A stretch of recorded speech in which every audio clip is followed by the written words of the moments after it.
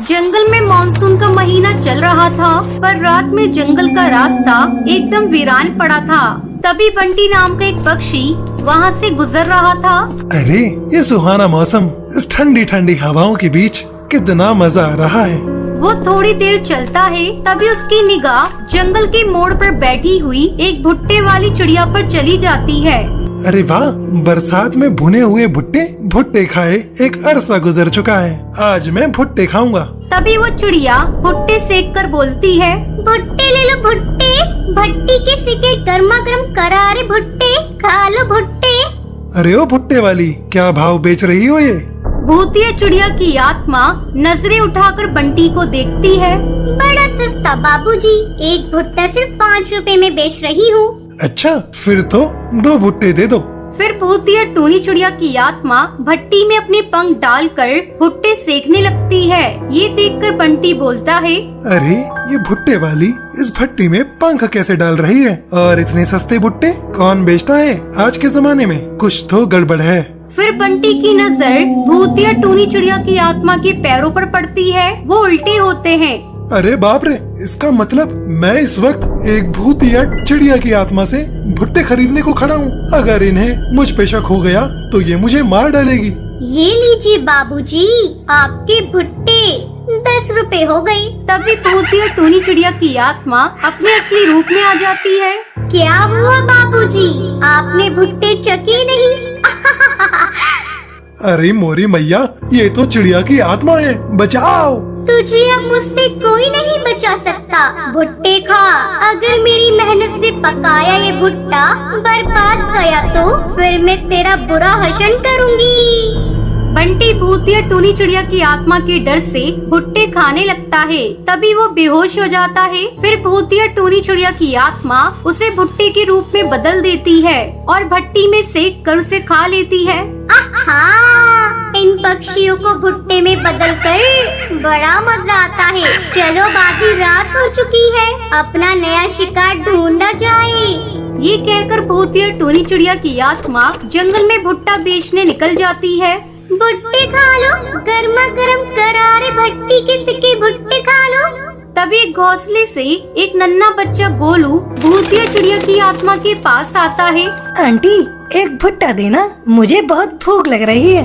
हाँ बेटा, क्यों नहीं, ये भुट्टे खाने के लिए ही तो रखे हैं। गोलू भूतिया टूनी चिड़िया की आत्मा की भुट्टे खाने लगता है। तभी वो अपने असली रूप में आ जाती है। अचानक गोलू बेहोश हो जाता है और वो भुट्टे में बदल जाता है। तभी उसकी माँ टुनटुनी बाहर आती है। हे भगवान, ये सब क्या हो रहा है? मेरा बेटा गोलू, ए भूतिया चिड़िया की आत्मा, तू हमसे क्या चाहती है? भगवान के लिए छोड़ दे हमें। भगवान से मेरा 36 का आंकड़ा है, समझी? चुपचाप से भुट्टा खा, वरना तेरा बच्चा कभी वापस नहीं आएगा। जैसे ही टुनटुनी भुट्टे को खाती है, भूतिया टूनी चिड़िया की आत्मा उसे भुट्टे में बदल देती है। ये बेवकूफ पक्षी कितनी जल्दी मोह माया में फंस जाते हैं। ये मकई के दाने मेरे हथियार हैं, जिससे मैं इन पक्षियों का शिकार कर पाती हूँ। अगले दिन टुनटुनी और गोलू के लापता होने की खबर पूरे जंगल में फैल जाती है। टुनटुनी और गोलू कहाँ गए? मुझे तो लगता है ये सब किसी चिड़िया की आत्मा का काम है। देखो ना, कैसे पैरों के छाप हैं। यहाँ पर कुछ भुट्टे के दाने भी पड़े हैं। हमें पहाड़ी वाले बाबा के पास जाना होगा। ये सब कहकर सब पक्षी बाबा के पास जाते हैं और उसे अपनी सब परेशानी बताते हैं। बाबा मंत्रों का जाप करके भूतिया टूनी चिड़िया की आत्मा को वहाँ बुलाते हैं।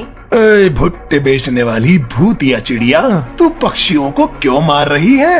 अरे ओ पहाड़ी के बाबा, मुझे गुस्सा मत दिला, वरना तेरी हालत भाड़ के भट्टे से भी 2 गुना होगी।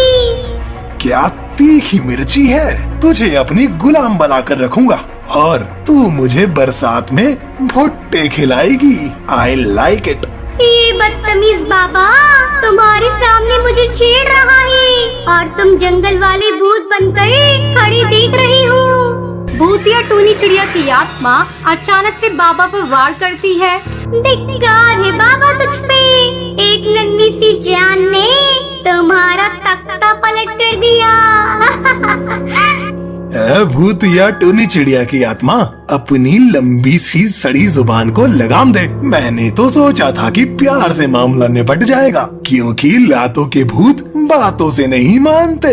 तभी भूतिया टूनी चिड़िया की आत्मा और बाबा के बीच घमासान लड़ाई शुरू हो जाती है। बाबा भूतिया टूनी चिड़िया की आत्मा को बोतल में कैद कर लेता है।